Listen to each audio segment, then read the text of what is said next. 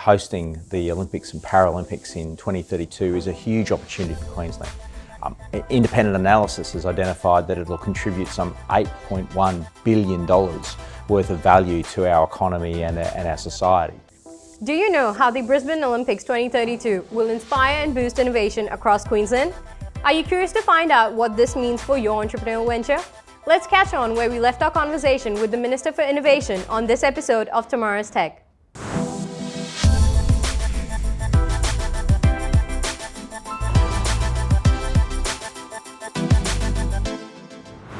I'm Ananya Dhyani, joined today by Stirling Hinchliffe, Minister for Tourism, Innovation and Sport for Queensland Government.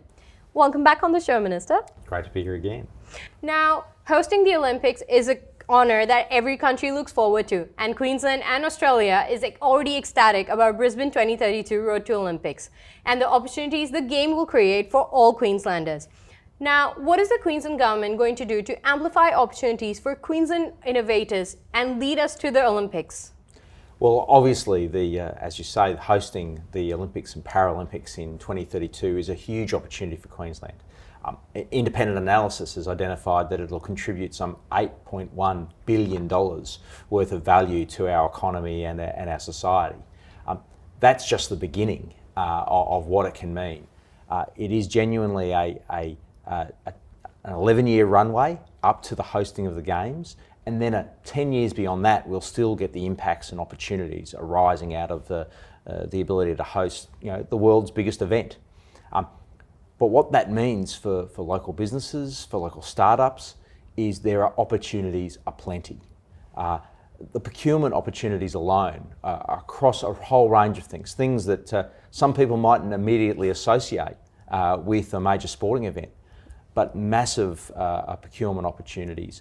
And we're very focused on making sure we use our Queensland procurement policies, which will ensure that Queensland businesses get the best part of those chances to tell our story, which is really what the Games, both the Olympics and the Paralympics, will be about, what we'll be doing to the world. For Queensland, for Brisbane to tell our story to the world while putting on an extraordinary event. It also represents a massive opportunity for those businesses and startups and entrepreneurs who have a bent for the things that really align extremely well with the Games, like sport, obviously. So we have businesses already that startups here in Brisbane who have shown the world how they can deliver in that space. Sports tech companies like Vold.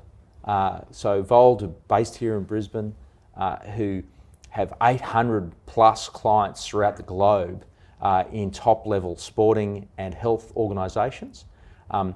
NBA teams, NFL teams, EPL teams and AFL teams all use their equipment and high performance sports. And the way in which they're going to use the ability for the Games as a branding opportunity for their home base will be significant. But there'll be so many others that'll join them in doing those same things. And we're having part of that journey of engagement starting this year. In November, we'll host the Australian Sports Tech Conference for the first time on the Gold Coast. And that'll be part of telling the story about how we can make sure that sports tech is a big part of how we prepare ourselves on that runway through to 2032. Well, this surely has me excited, and I'm excited to see what this decade holds for us. Now, artificial intelligence is making its mark as the driver for future innovations. How is Advanced Queensland supporting businesses to explore and trial the application of AI to improve their business processes and accelerate growth? Well, obviously, artificial intelligence is a huge opportunity for our economy. Some $400 billion worth of added value to the gross domestic product of Australia through to 2025 is what's projected. We know that we need to play a role in helping support that and bring as much of that to Queensland as possible. That's why Advanced Queensland has supported the AI Hub here in Brisbane, a $5 million funding from the Queensland Government to provide a baseline to that. But that's meant we've been able to support great businesses, great entrepreneurs, great thinkers to be part of our AI story here in Queensland. Dr. Susan Keys' leadership role in that space, that's making a huge difference. She's bringing support and capability in that space. But we know that it's not just what's happening on the ground at the moment with new startups. It's what those enterprises that have been in this space for some time have been able to achieve with partnerships with internationals who are seeing Queensland as the place to do their business. A great example in that space is the Boeing autonomous systems.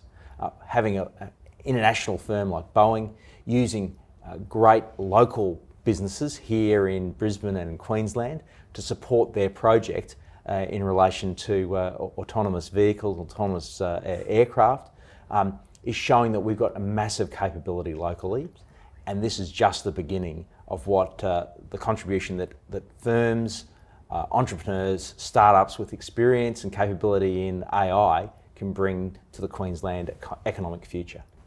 Well, it sounds like Queensland is certainly on the right track. Now, the emergence of technologies and uptake of artificial intelligence has always been championed across Queensland by Advanced Queensland, which brings me to your Deadly Innovation Initiative. How is this program going to back Indigenous innovations? Well, I think it's vitally important that we bring everyone in our economy with us in innovation, and certainly First Nations peoples need to be part of that story, and we've got some great stories to tell in that space. Obviously, First Nations people have been great innovators for tens of thousands of years here in Queensland, but we've got some amazing innovators now who have taken advantage of our Ignite Ideas style program in Deadly Deals. The Deadly Deals program has provided support for example, BCF Concreting, a Indigenous-owned business in Rockhampton in central Queensland. And the founder, Mick Davis, has been able to apply his technologies and his ideas in a range of ways in what is a pretty standard traditional activity, but almost revolutionised the way in which you lay concrete in some pretty ubiquitous processes like curbing and channeling in streets, in cities right across Queensland.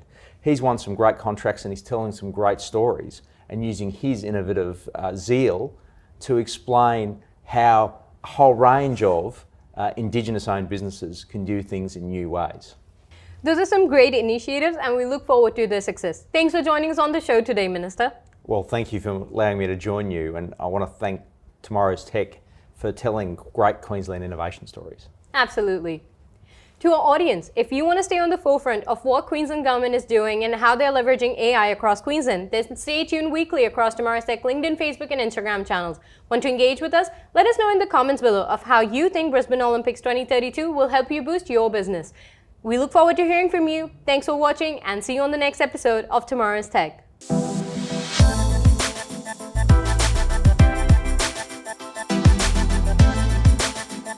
Tomorrow's Tech, presented by 3 Dot Digital.